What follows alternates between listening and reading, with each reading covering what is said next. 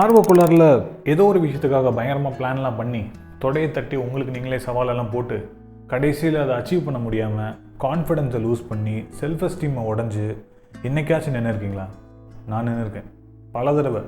But first time director ஆகிட்டு தான் மதுரைக்கு வருவேன்னு வீட்டை விட்டு ஓடி போய் கடைசியில் டாராக பிஞ்சு தான் திரும்பி வீட்டுக்கு வந்தேன். வீட்டில் எங்கள் அப்பா உச்சக்கட்ட கோவத்தில் இருப்பார்னு எனக்கு தெரியும்.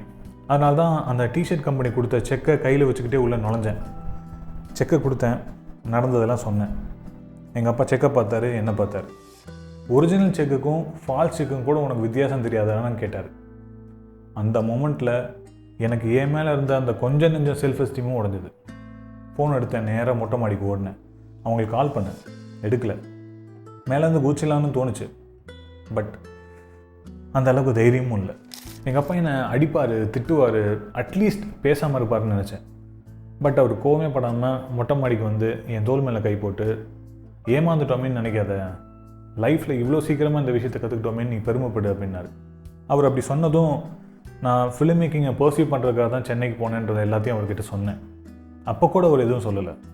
சிரிச்சுக்கிட்டே ஒன்று சொன்னார், உனக்கு படம் எடுக்கணும்னா முதல்ல நீ நிறையா அறிவையும் அனுபவத்தையும் சேர்க்கணும், தேவையான பணமும் மனிதர்களையும் சம்பாதிக்கணும், சராசரி மக்கள் பார்க்குற எல்லா நல்லது கெட்டதையும் நீயும் பார்க்கணும்.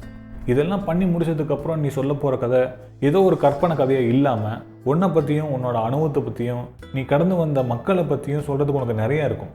அந்த மாதிரியான யதார்த்த கதைகள் தான் மக்கள் மனசில் போய் ஆழமாக சேரும்னு சொன்னார். அவர் இப்போ எங்கள் கூட இல்லை, பட் அவர் சொன்னது இன்னும் என் ஞாபகத்தில் இருக்குது. அவர் சொன்னது எப்படி எனக்குள்ளே ஒரு மாற்றத்தை கொண்டு வந்துச்சு, 12 வருஷமாக இல்லாமல் இப்போ ஏன் ஃபிலிம் மேக்கிங் டிசைரை சேஸ் பண்ணணும்னு நினைக்கிறேன்றது எல்லாத்தையும் நான் அடுத்த பாட்டில் சொல்கிறேன்.